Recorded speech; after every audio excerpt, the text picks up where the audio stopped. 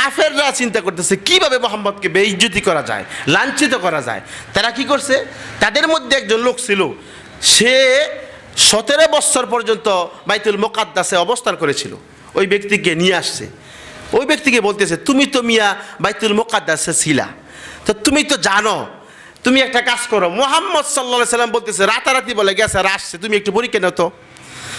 তখন ওই ব্যক্তি মুহাম্মদ সাল্লাল্লাহু আলাইহি সাল্লামকে জিজ্ঞেস করলো, আচ্ছা যদি আপনি গিয়ে থাকেন তাহলে বলেন তো বাইতুল মুকাদ্দাসের কয়টা দরজা আর কয়টা জানালা, কয়টা ফ্যান, কয়টা বাতি?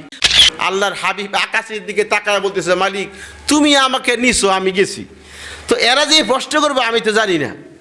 তখন আল্লাহ বলেন, হাবিব চোখটা খালি বন্ধ করেন। আল্লাহর হাবিব বলতেছে, আমি চোখ বন্ধ করার পর বাইতুল মুকাদ্দাস টান দিয়ে আমার সামনে তুলে ধরছে।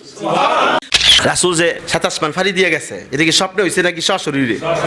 আমি স্পষ্ট ভাষায় বলি, রাসূলে পাক সাল্লাল্লাহু আলাইহি সাল্লামের মেরাজ সশরীরে হয়েছে। সুবহানাল্লাহ কইতেন না মিয়া?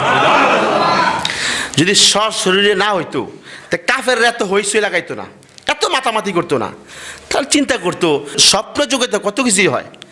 কিন্তু রাসূল সাল্লাল্লাহু আলাইহি সাল্লাম যখন আসলেন, আয়েশা যখন বললেন আমি লাইলাম রাতারাতি মিনাল মসজিদুল হারাম, মসজিদে হারাম থেকে ইলাল মসজিদুল আকসা, মসজিদে আকসায় গেছি, ওইখান থেকে 7 আসমান পাড়ি দিয়া আর সাজিমে গেছি, আবার চলে আসছি। কাফেররা বলে সর্বনাশ, এটা কয় কি? আবু বকর সিদ্দিককে বলে, কিও তোমার দোস্ত তো একবারে পুরা, আল্লাহ মাফ করুক, পুরা পাগল হয়ে গেছে। কি বলে? আর তোমার দোস্তে বলতেছে রাতারাতি বলে 7 আসমান পাড়ি দিয়ে চলে গেছে এই সেই আরশে আজিমে, আবার রাতারাতি চলে আসছে। তো মুহাম্মদ রাতারাতি গেল কিভাবে? আশ্চর্য হয়ে যায়। আল্লাহ নিয়েছে, আল্লাহ কুন বললে ফায়াকুন হয়ে যায়। তখন আবু বকর সিদ্দিক শুনে বলে, এটা মুহাম্মদ নিজে বলছে সাল্লাল্লাহু আলাইহি সাল্লাম। হ্যাঁ, মুহাম্মদ নিজে বলতেছে। কাফেররা আবু বকরকে বলতেছে তুমি এই কথা বিশ্বাস করবা? আবু বকর বলতেছে সূর্য পূর্ব দিক দিয়ে উঠে পশ্চিমে ঢুকে। সূর্য কোথা দিক দিয়ে উঠে?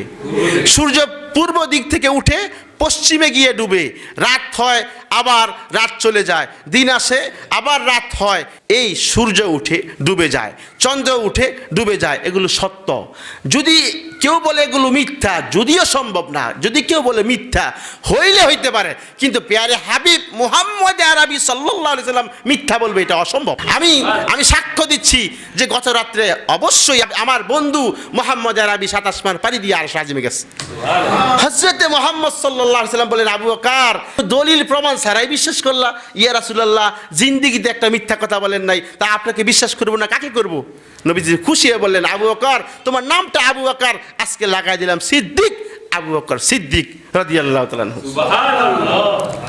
কাফেরদের আবু বকর তো ঈমান আছে, তো কাফেররা চিন্তা করতেছে কিভাবে মুহাম্মদকে বেইজ্জতি করা যায়, লাঞ্ছিত করা যায়। তারা কি করছে, তাদের মধ্যে একজন লোক ছিল, সে 17 বছর পর্যন্ত বাইতুল মুকাদ্দাসে অবস্থান করেছিল।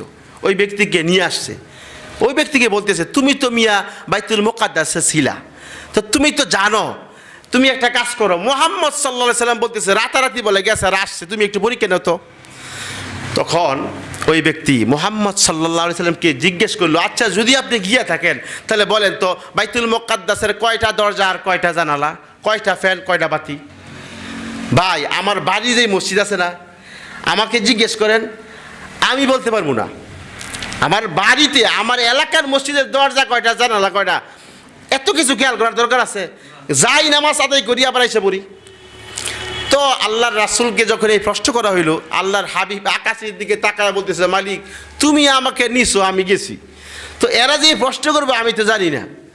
তখন আল্লাহ বলেন, হাবিব চোখটা খালি বন্ধ করেন। চোখটা বন্ধ করে একেবারে বলতেছে, চোখ বন্ধ করে আল্লাহর হাবিব বলতেছে, এই শোনো, বাইতুল মুকাদ্দাসের এতটা দরজা, এতটা জানালা, এতটা বাতি, এতটা ফ্যান, এতটা পাখা, এতটা সুইচ আছে, সুইচ পর্যন্ত বলে দিচ্ছে। আশ্চর্য হয়ে গেছে, বললেন কিভাবে? আল্লাহর হাবিব বলতেছে আমি চোখ বন্ধ করার পর বাইতুল মুকাদ্দাস টান দিয়ে আমার সামনে তুলে ধরছে। আমি দেখে দেখে বলে দিছি সুবহানাল্লাহ। যারা মুসলমান হওয়ার, ইন্নাকা লা তাহদি মান আহবাবতা ওয়ালাকিন্নাল্লাহ ইয়াহদি মান ইয়াশা, যারা মুসলমান হওয়ার, যাদের কপালে আল্লাহ হেদায়েত রাখছে, যারা এমনিতেই মুসলমান হয়ে গেছে।